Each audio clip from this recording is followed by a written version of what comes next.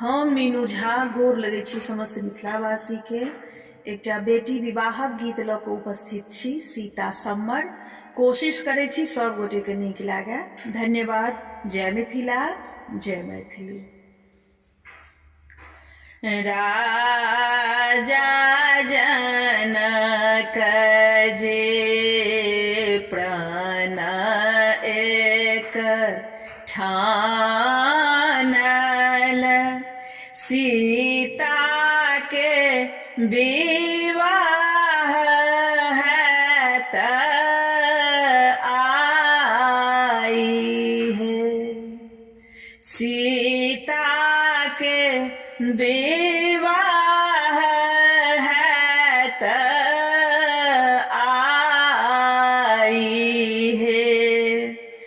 देश विदेश राजा पतिया पठाओल, धनुषा धायल ओठंगाई है। देश विदेश के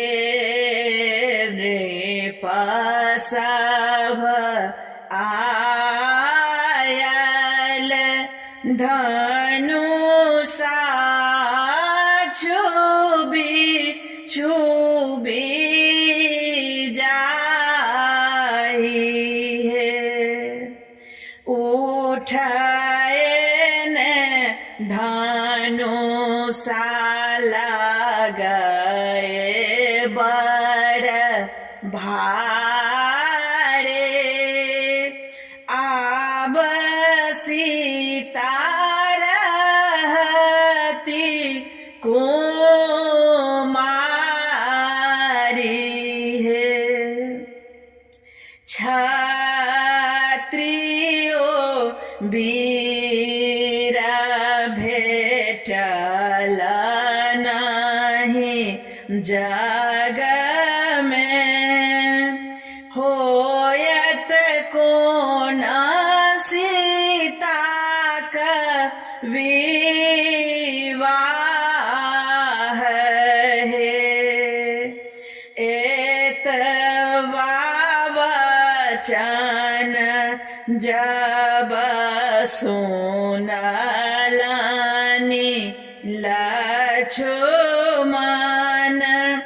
बजला बचन रे से आई है। लक्ष्मण बेमुख देखे बजला श्री रामचंद्र, जूनी बाजू वचन रे से आई है। दाहिन धनुष उठाओल रघुनंदन, बामहि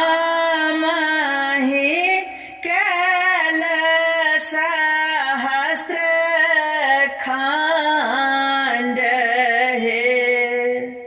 तुलसी दास प्रभु तुम्हारे दरस को, राम सीता भेल